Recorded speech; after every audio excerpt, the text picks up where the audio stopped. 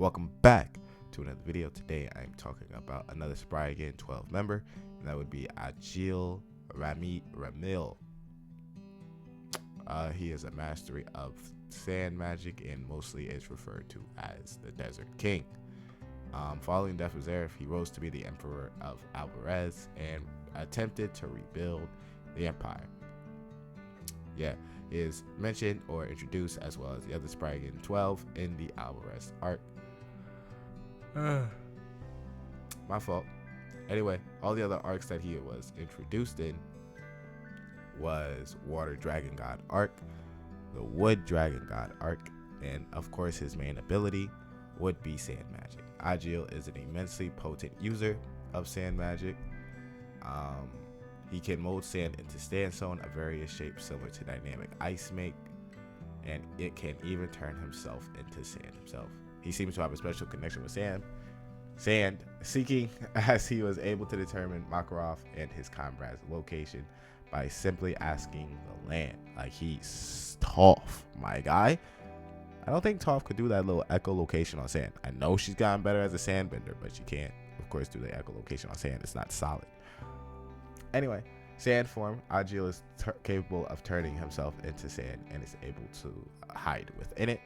He can use sand golem to create basically a sandstone, to create a giant golem out of sandstone, and was fast enough to catch up to Urza. He can also do sand monsters, create pterodactyls and wyvern-like cultures out of sand, ant lion pit.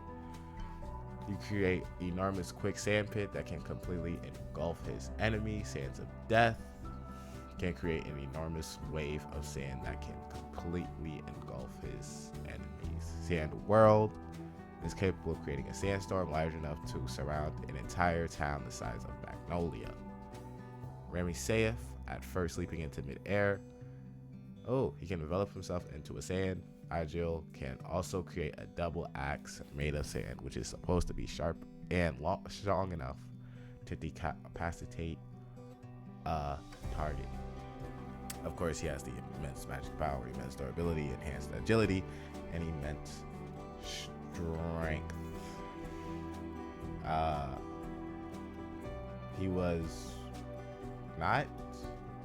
He's eventually defeated by his foes, much to his chagrin. His grandfather, Ajeel, asks to them not to kill his grandson, as both sides have lost too much in the war. He is surprised.